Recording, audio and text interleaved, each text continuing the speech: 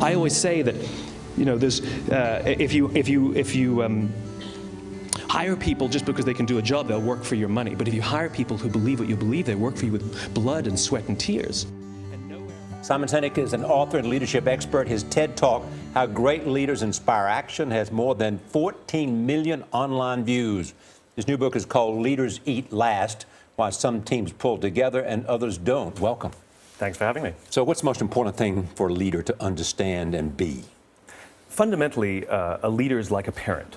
Just like a parent, we put the lives of our children before our own. We want them to grow up, become confident, and go on and achieve more than we could for ourselves. Leadership is exactly the same. Leaders are the ones who are willing to risk, when it matters, their own interests so that others may advance. You said that it's really important, though, that you put your head and your heart into it. And that really, when you work together, you said nobody bonds over deadlines, they bond over camaraderie. And that's what people need to understand in a work environment. Bosses need to understand. We are naturally cooperative animals. Our natural inclination is to trust and cooperate.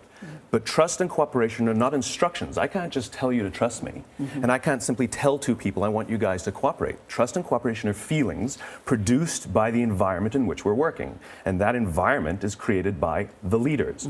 And when we feel safe, when we feel that our leaders have our interests in mind, the natural reaction, the natural human reaction is we look out for each other, we work harder, we're more innovative, we offer our ideas and our best talents. All of it sounds good, Simon, but companies need to make money. They absolutely need to make money. And this is the great irony, right? This is the great irony, which is when our leaders put our interests first, we work harder and they make more money. And you have a great example in why you called this book Leaders Eat Last. Tell us how you got that title. It comes from a conversation I had with a Marine Corps general, Lieutenant General George Flynn, who actually wrote the foreword to the book. And I asked him, what makes the Marines so wonderful? And he said to me, officers eat last. And he's absolutely right. When you go to any chow hall anywhere in the world, you will see the Marines line up in rank order. Most junior first, most senior last. It's not in any rule book, and nobody tells them they have to.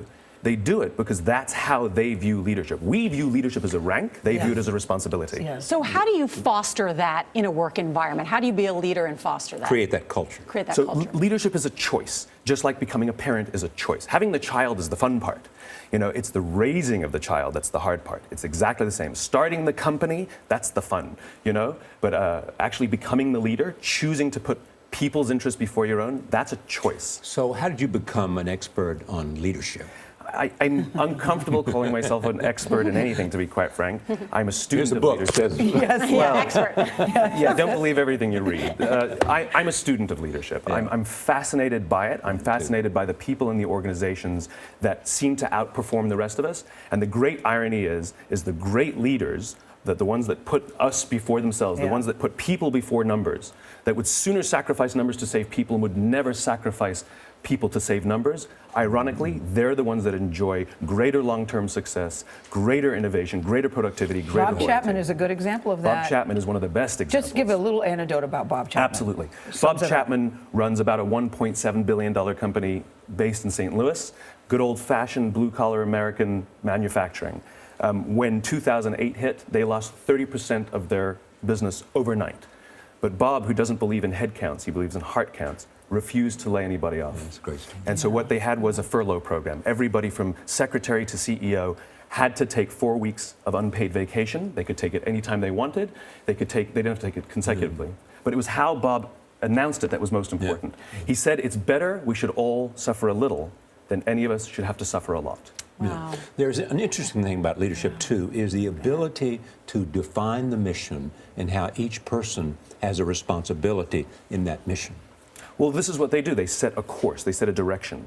The leader is actually not the one out there doing all the work. Exactly. They're not in the weeds. They're pointing in the distant future what we can achieve and leave it to us to get there. And give everybody ownership of the mission. Most importantly, why would we be excited to partake in something and feel valuable if we don't even get responsibility for our own work? Simon, you've had the last word, and let me tell you, you're sounding like an expert to me. Well, thank you very much. That's what you're sounding like over here. Thank you. May I mention the book one more time? Simon Sinek. There it is. An expert on leadership. An expert on leadership, that's right. Leaders Eat Last. It's on sale now wherever you like to buy your books.